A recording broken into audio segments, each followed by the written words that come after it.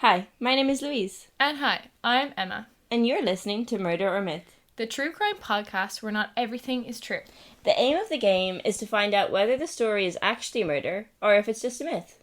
Now, let's get started. Hi, Louise. Hi, Emma. How are you? I'm great. Thank you very much. How are you?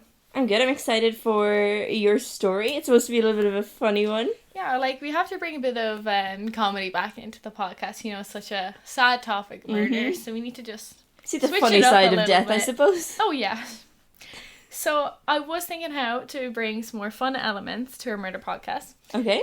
And today's story, whether it be murder or myth, has a fun little, Easter egg almost. Ooh, I'm excited. And I think anyone who knows us as friends will get it. Oh, okay. So this is the murder at Mamma Mia's Pizza Restaurant. Mamma Mia! We love Mamma Mia! We love Mamma Mia! Okay, so this is the unsolved murder of Edward Ed Politelli. So Edward was 72 at the time and was just at work like any other day to get some money. So there's a little bit of a joke, okay? Okay, so, I like the joke. I appreciate it. I hope there's more ABBA references throughout this podcast. Not really. No, my next line was, so no more jokes, maybe. Okay. Fair enough. So we're done. You're done. Let's get into it.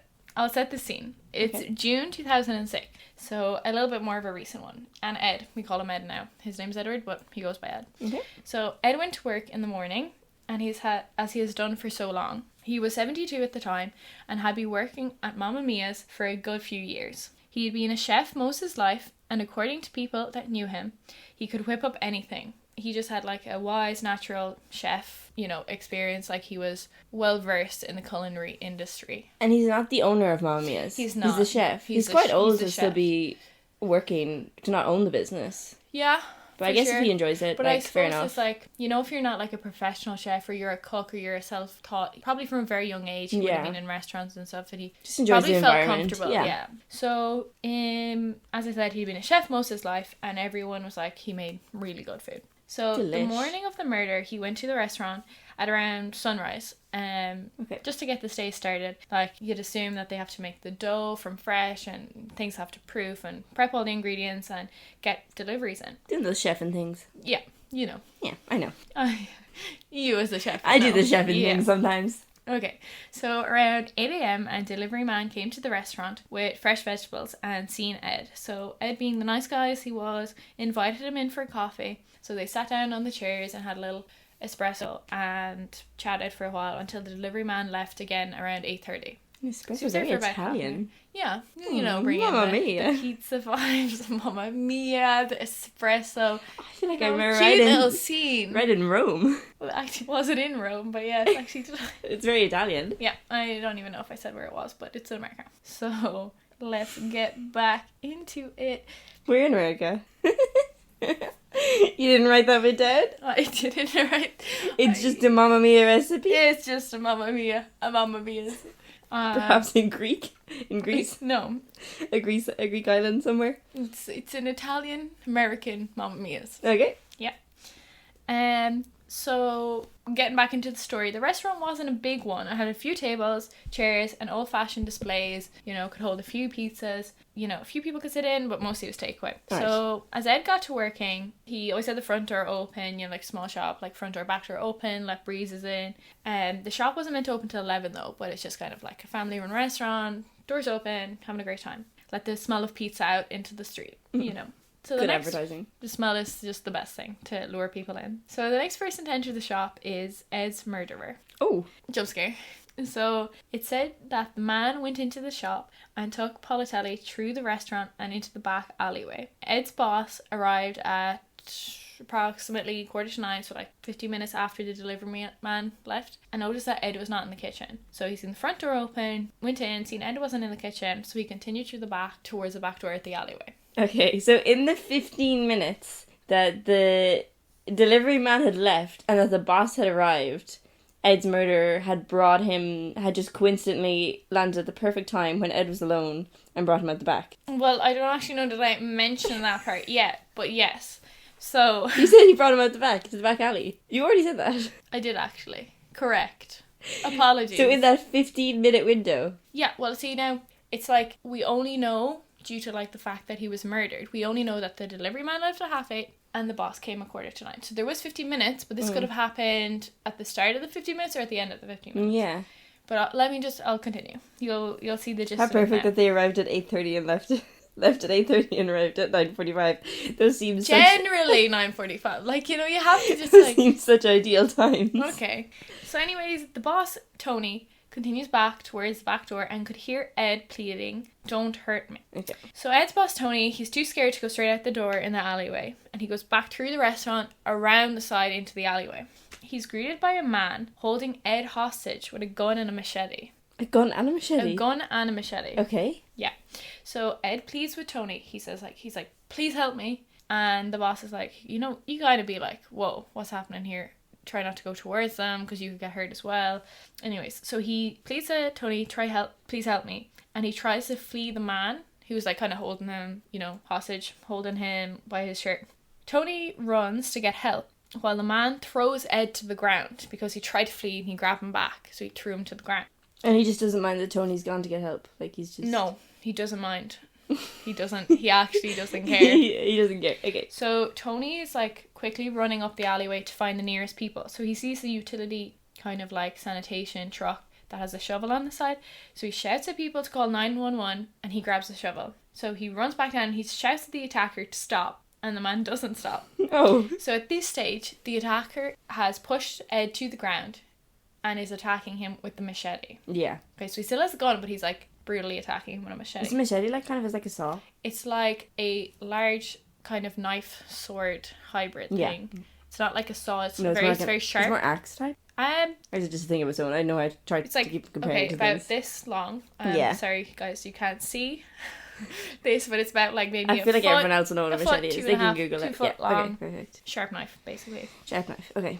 With heft to it, so it's like hard. Yeah, it would hurt you for sure. Very badly hurt you, yes. So this man is attacking Ed with a machete, and Tony's just like, stop, like it's not gonna work. So he throws his shovel down. He's like trying to get near the guy. This situation kind of just comes to an end. The attacker doesn't stop until he is standing over Ed's lifeless body. So Ed's dead. Ed has died. Okay. There's blood pooling up all over the concrete.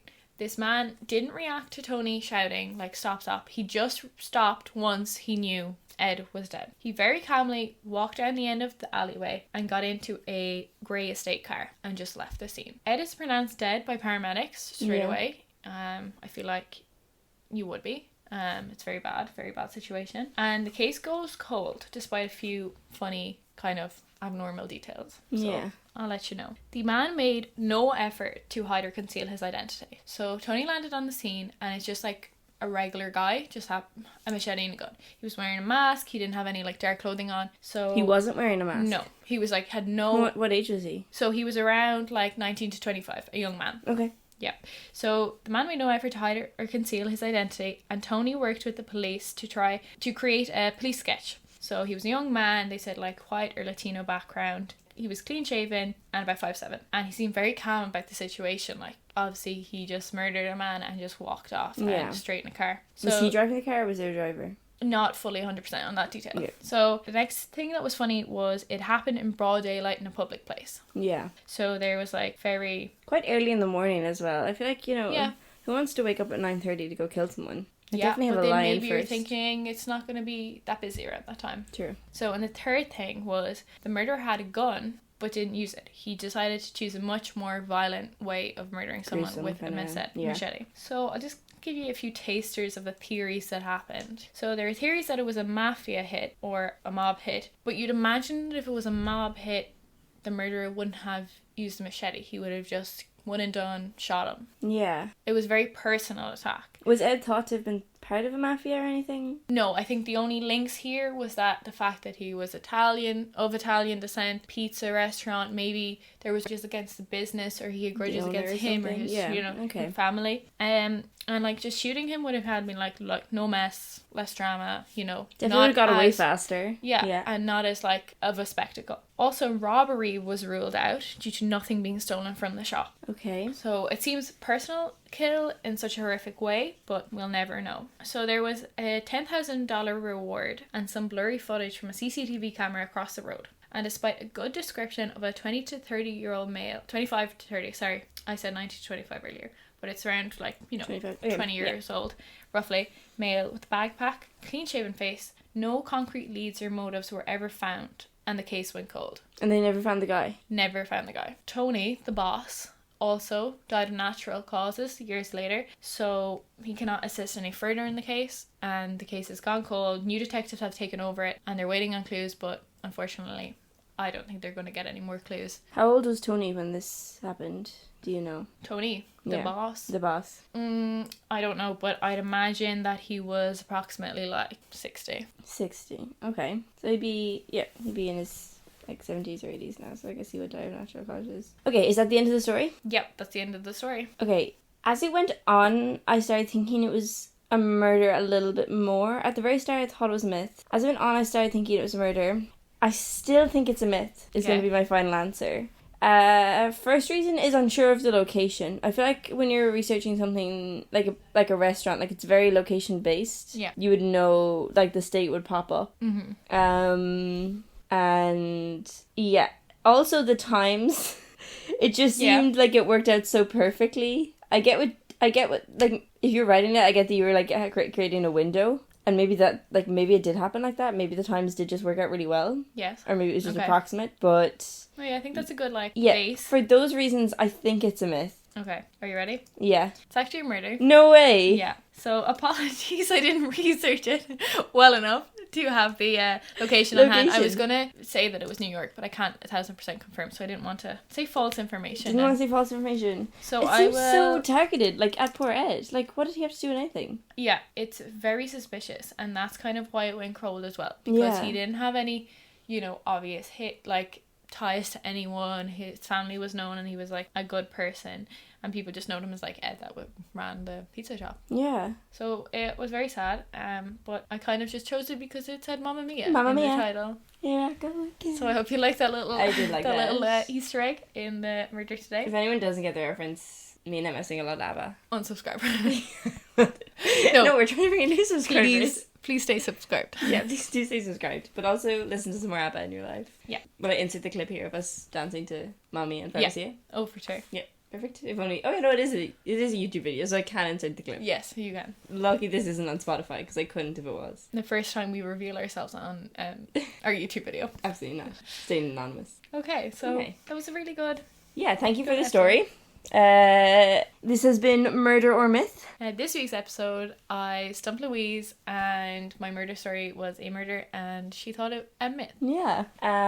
Thank you very much for listening, and make sure to like and subscribe. And join us next week for another thrilling adventure.